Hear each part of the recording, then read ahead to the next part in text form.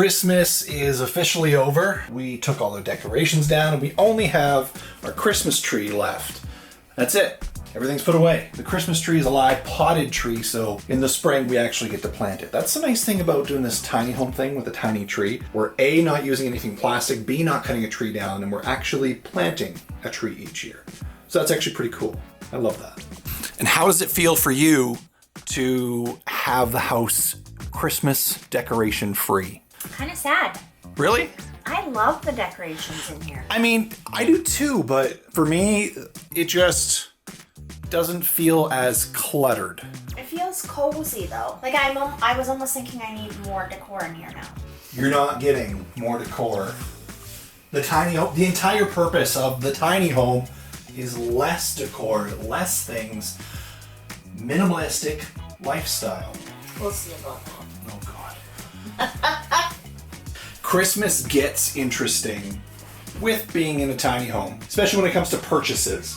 You have to be really careful that you're not buying giant things of Lego, for example, because you have nowhere to put it. Santa bought inside that. a tiny home. That was Santa's fault. Yeah. You're right. Yeah. But gifts have to be considered because we can't just all of a sudden, hey, have way more clothes, have a giant thing for the kitchen or whatever. Well, or if you get more clothes, then you have to get rid of some to replace them, sort of thing. That's a big thing within the tiny home, for sure.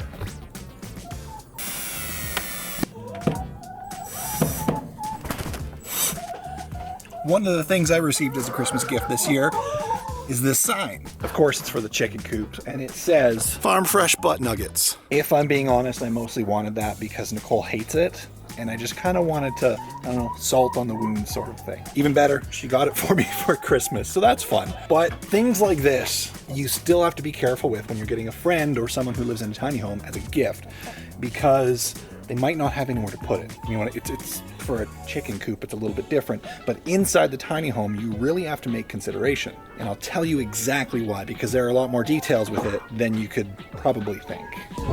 Okay, so Nicole's busy out there working, so I'm gonna be in here in the office, giving her a little bit of space. But it is a lot different than you think regarding space in a tiny home. And the reason for that is, think about it this way. We have spent 2 years in this tiny confined area.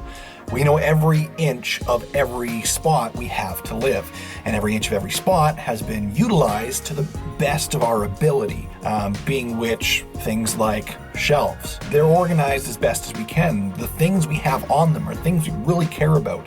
The things we hang on the walls contain some of our favorite memories or pictures or custom pieces we've had specifically done, not only for our lives, but for the tiny home as well. When we're purchasing items, we're going out and finding things that fit the space specifically for that space.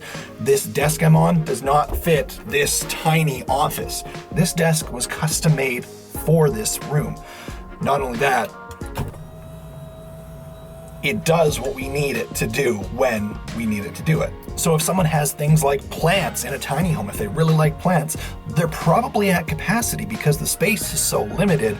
They've found what plants they really want and which plants really work for their home. So when we're encroaching on a time like Christmas or birthday or New Year's and gifts are getting given or whatever the case, it becomes difficult for tiny home people, not only to receive gifts, but to give gifts within the home and for others to think about those gifts as well. So if you're considering getting a gift for someone in a tiny home, or if you are even considering giving a gift within a tiny home, try and think of things that are not a permanent fixture of the home. Things like a gift card is a great start. Food or drink items, consumables, they tend to be great. Bathroom products, soaps, why not? We do all have to have a bath, we do all have to shower. Things to pamper oneself.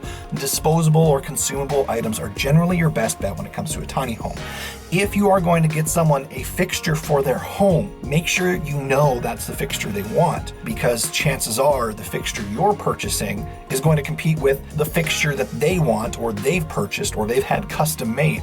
And chances are what they've already got in mind or already have is probably going to work the space better than what you think, because I mean, they live in that space. That's their life. I don't know if that makes any sense, but when it comes to this time of year, it can be a little bit difficult. So we generally get a lot of consumable things for Christmas. And as a result, I tend to put on weight. But that's besides the point. That's a whole other video. I just wanted to talk about the Christmas atmosphere being in tiny homes and what the considerations really are when you're living tiny.